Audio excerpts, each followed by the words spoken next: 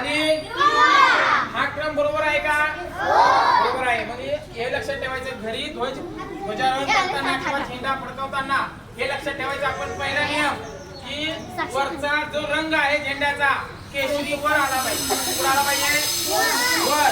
त्याच्यानंतर हिरवा खाली गेला पाहिजे. हा जर रंग असेल व्यवस्थित असा तर याला काढण्याच्या नियमानुसार आणि व्यवस्थित असा हा ध्वजारोहण आहे. म्हणजे ध्वजा फडकवताना असा उलटा होऊ नाही. खालचा रंग वर आणायचा नाही तर वरचा रंग वर राहायला पाहिजे. आणि मध्यभागी काय आहे बघा ध्वजाच्या? काय आहे? चक्र आहे. कोणतं चक्र आहे? बरोबर आहे. बरोबर आहे. त्याला आड्या किती आहेत बघा, तुम्ही बघताय का? अंदाजे जवळपास 24 आहे. किती आहेत? अरे मूर्ख आहे सगळ्या. म्हणजे आपण जर असेल 3 रंगामध्ये आणि त्याच्यामध्ये जर हे चक्र नसेल